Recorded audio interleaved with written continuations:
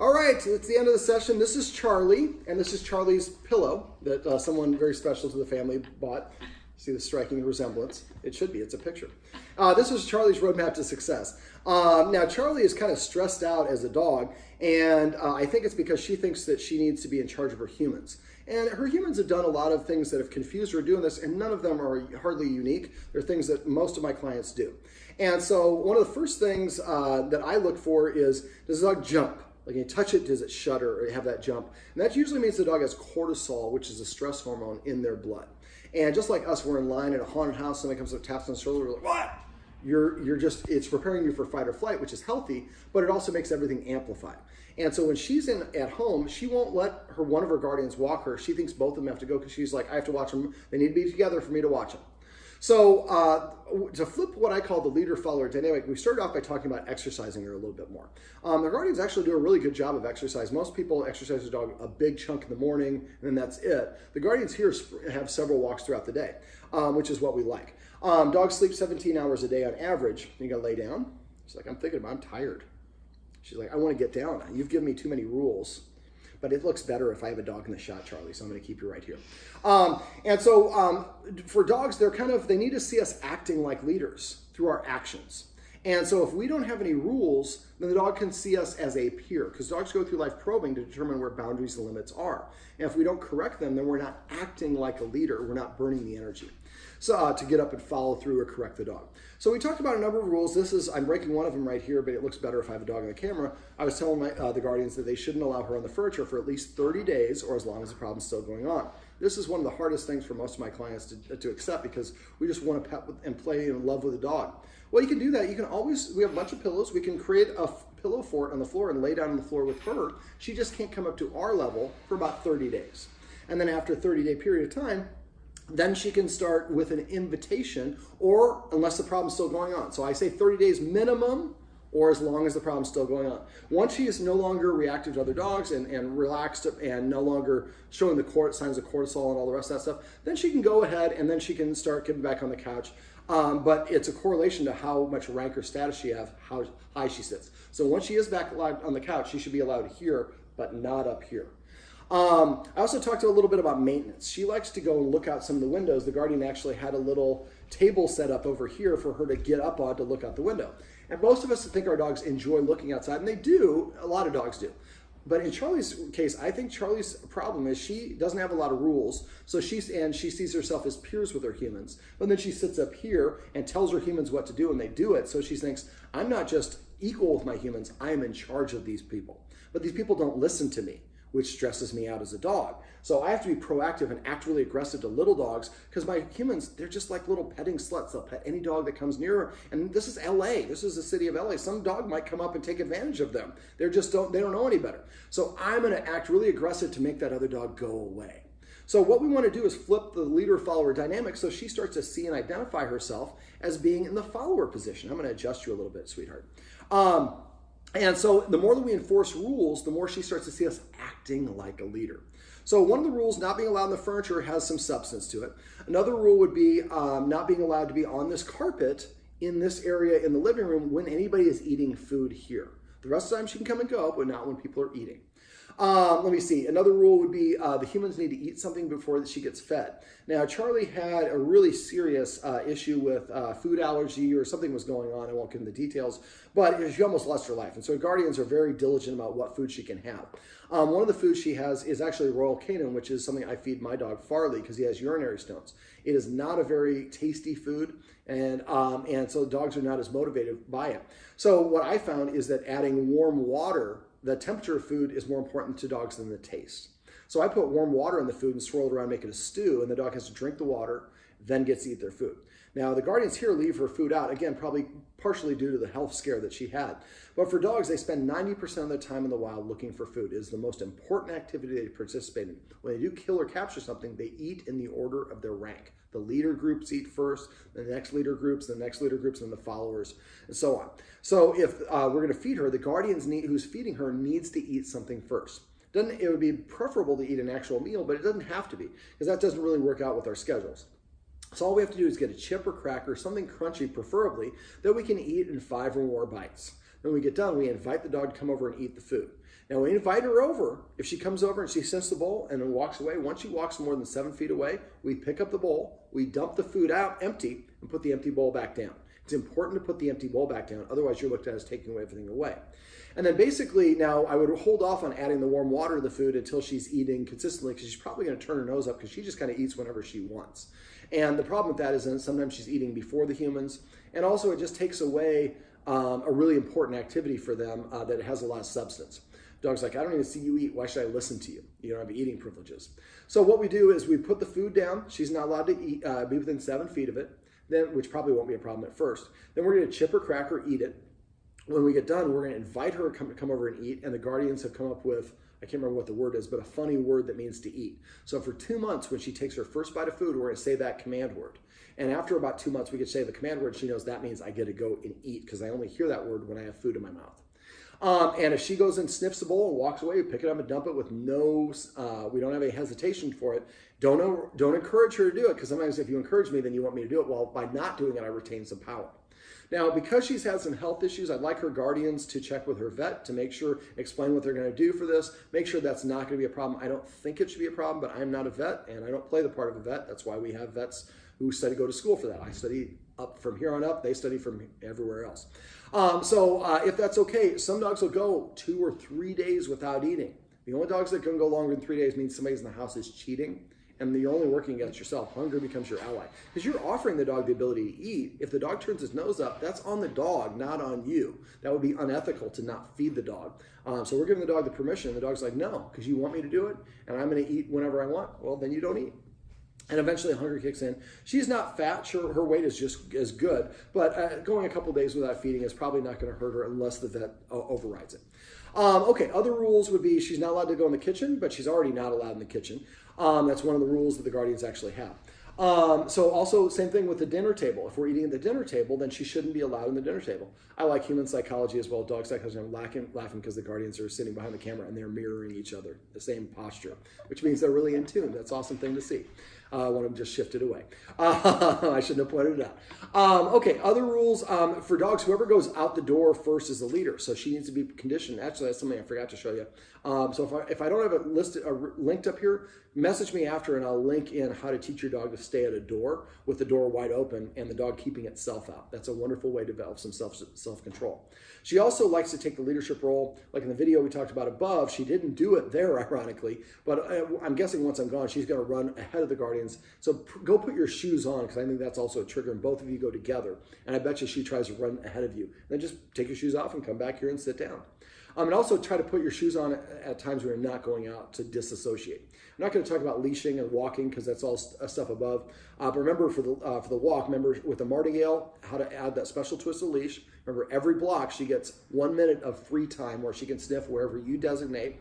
When she does go potty, say the word business or whatever the word is you want to say. When she first starts going potty, and when she gets done, pop a treat in her mouth and say the word business the second time.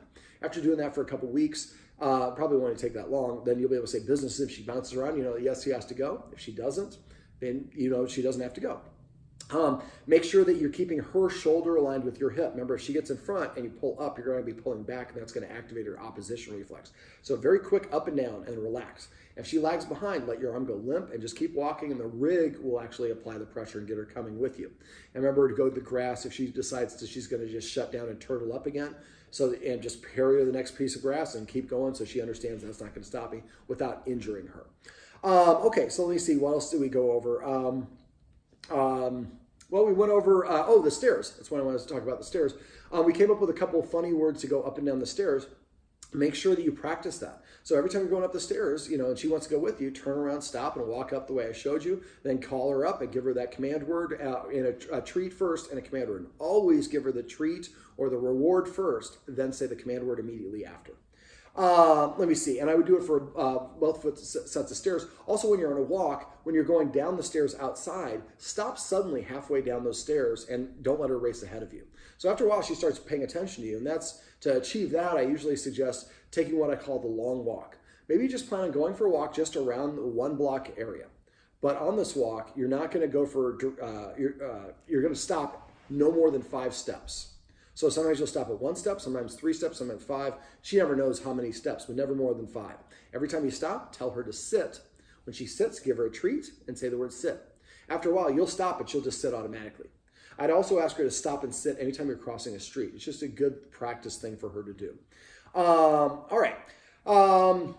So we also talked about increasing her exercise. The Guardians have actually a multi-level house, and so there's stairs inside. So I would go the first time, do this with an empty stomach, touch her nose with the treat, throw it to the bottom of the stairs. When she runs down the bottom of the stairs and licks it up, say the word that means to go down, then call her back up, and then say the word that says to come up. And then when you're doing the stairs, making her wait on the stairs, you can use that word to call her once she knows what it is.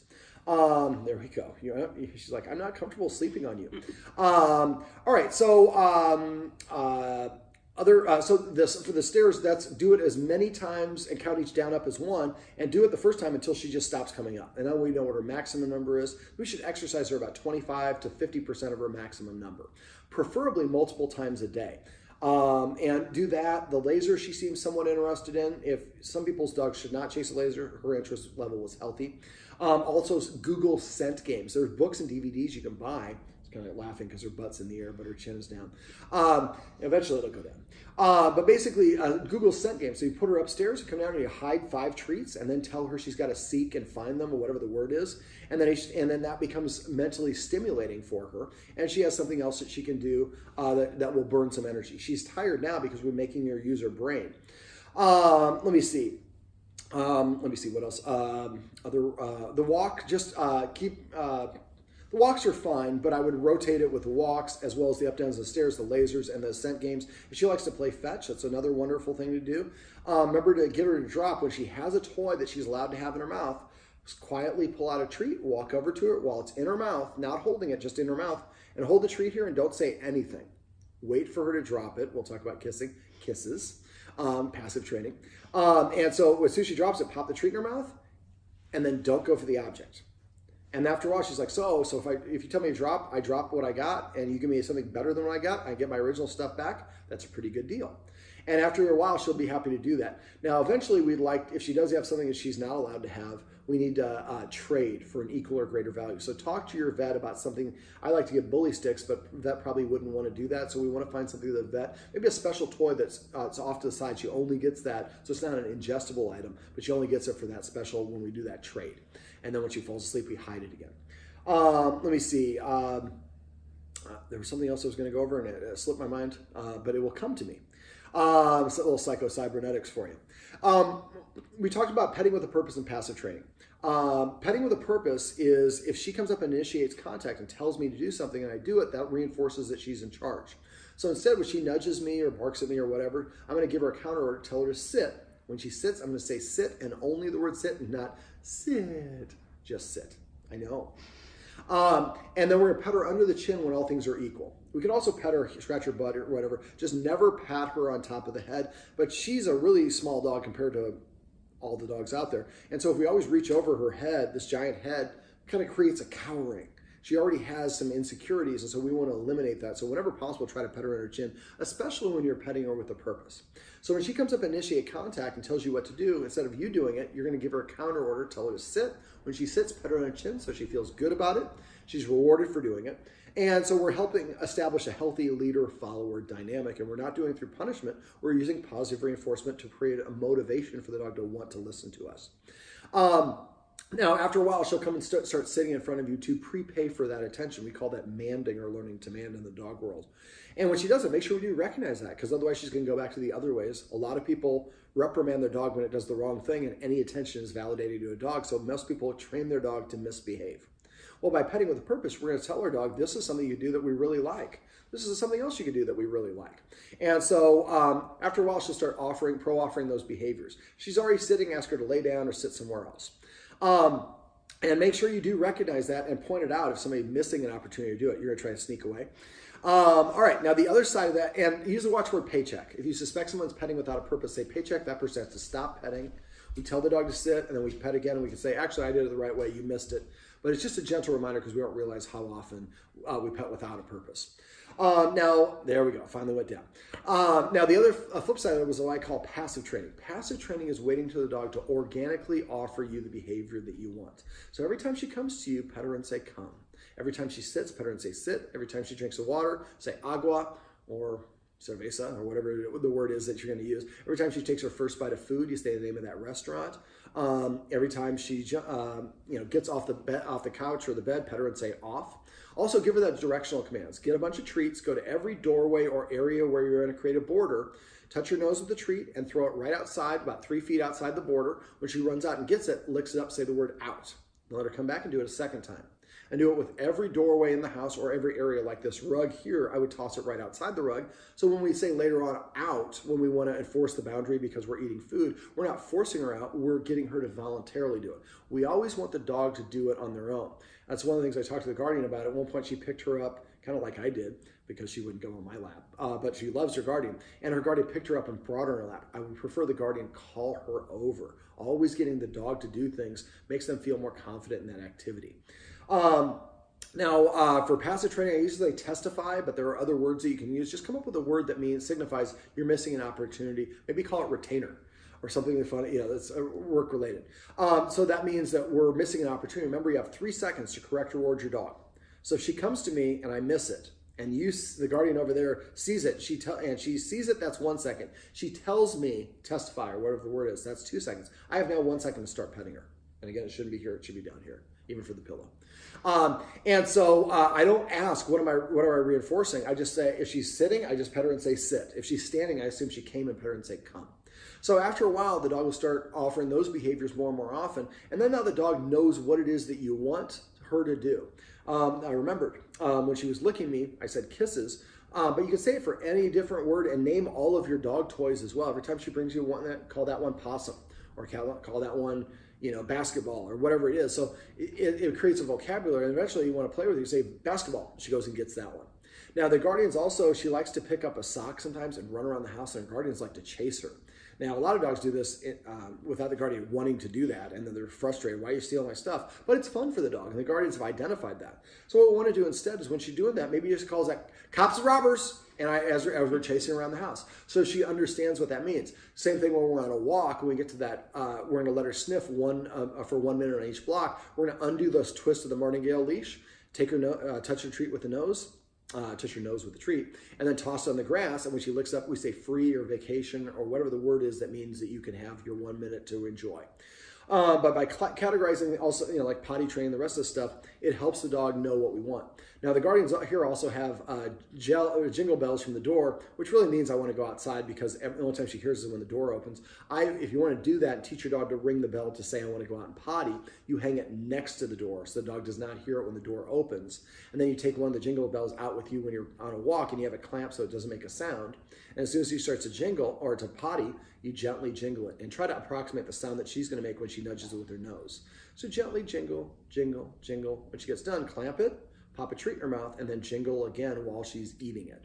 And then after a while, then she goes and nudges that to say, I would like to go jingle, tinkle, and then she tells you outside.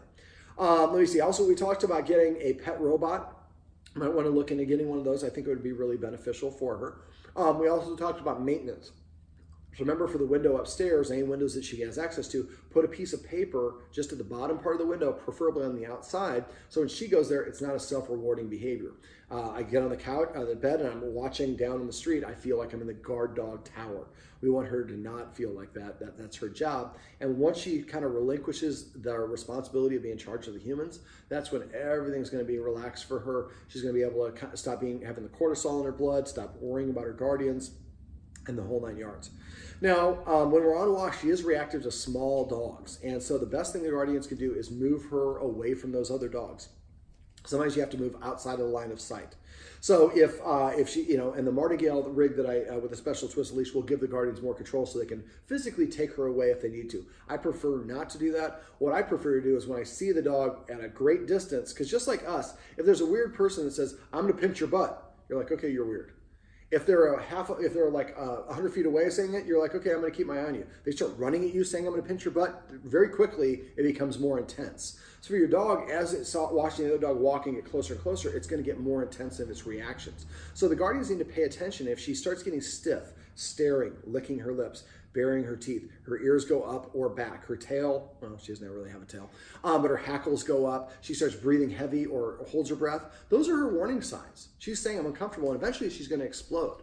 So we read her warning signs. As soon as she's saying, I'm uncomfortable with that dog, we get her out of there. That will help her see my humans are listening to me. And also another thing is that turning the head to the side is called a cutoff signal. But she's not dog aggressive if she's off the leash. So the leash creates some frustration. We call it leash aggression. And so the reason for that is dogs have a fight or flight response. I either want to attack something or I run away from it if I don't know how to deal with it. Well, if I don't have the ability to run away, I only have one option, and it's fight.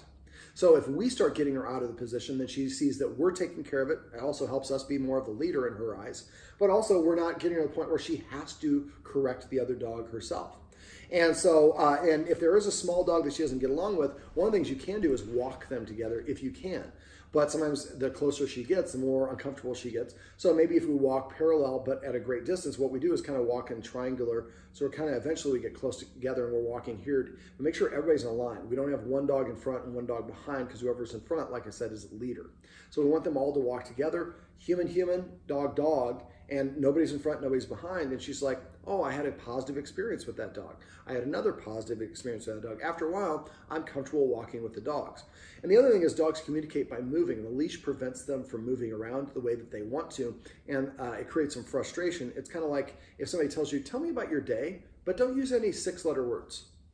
That would be a really frustrating way to communicate, because you're counting the number of letters in each word, and it just makes it cumbersome. I also talked to the guardians about coming up with a list of the official command words, which we already started, and make sure you use the word vocabulary if somebody's using the wrong version of the word. It just makes it easier for the dog to understand if we only use the words that, a single word instead of multiple versions of the word. Also try to come up with fun command words. One of the things I'd like the guardians to do is go to YouTube, or then go to my website. I have some stuff there as well. But go to YouTube or wherever it is and search for easy dog tricks. I mean, one of them that I do is when the dog's sitting, I hold a treat and I kind of go like this. And always, if you're using a treat as a lure, if you start tracking, the dog stops tracking, come back to their nose. Don't ever go longer than about 3 or 4 inches away before coming back. What I do is I kind of hold them up, and eventually they'll kind of go up into like a begging position. I pop the treat in their mouth, I call it a grovel. And so you basically you do that over and over. And again, that can be one of those tricks. You say grovel. I talk to the guardians about taking turns. One teaches one trick, and then all week long we do it. The next one, the next trick. If each one of them does 4 tricks, at the end of 2 months, she's got 8 new tricks, great ways to distract her. Also, the guardians are the ones that taught me those tricks. They're acting like a leader and associate with me in a boost of confidence and self-esteem. So I have more respect for them as a leader, and that will help with the leader-follower dynamic. It's just beneficial, builds your self-esteem. There's a lot of benefits to it. I also went over the 4 escalating consequences to disagree with unwanted actions and behaviors. If you forget what those are, message me and I'm happy to show you. You also might want to go to my website. One of the tricks that you might want to teach would be the focus exercise. If you go to my website, doggonproblems.com, click on Dog Training Tips. It's one of the navigation things. That's where I put the write-ups like this one and all the other. I have thousands of videos there. And there's a search box on the right. Just type in focus. And there'll be a whole bunch of dogs. I do this exercise a ton. And so there'll be a whole bunch of dogs I've done it with, and you can watch how to do it. But the way that I do it actually reduces cortisol in their blood. In most of the videos, I talk about why. I mean, this is a long video, so I'm not going to continue on or explain it here. But it's a really great way to redirect the dog's attention and to stop the production of cortisol in their blood. Any questions? Anything else I haven't gone over that you want me to go over? The guardian has a vanity, and when she sits at the vanity, she gets very worked up. A lot of dogs that have separation anxiety start getting worked up before you actually leave the house. I always tell people, don't make a production when you come or go, just come or go. But also recreate all these steps independent of leaving that she is associated with leaving. So every once in a while, go to your vanity, sit down, turn the light on, pretend, put some lipstick on, pretend some eyelashes and whatever, and just sit there watching you. And if you see her starting to shudder, then just stop and come downstairs and watch TV. So if she sees you doing that, we break the association. I'm trying to think, is there anything else? When you're going down the steps, stop suddenly on the steps. I think I talked about that as well. Yeah. All right. Well, this is a good sign of a dog at the end of the session. This is Charlie, and this is Charlie's roadmap to success as she's very relaxed. Remember, everything you do trains your dog. Only sometimes you mean it.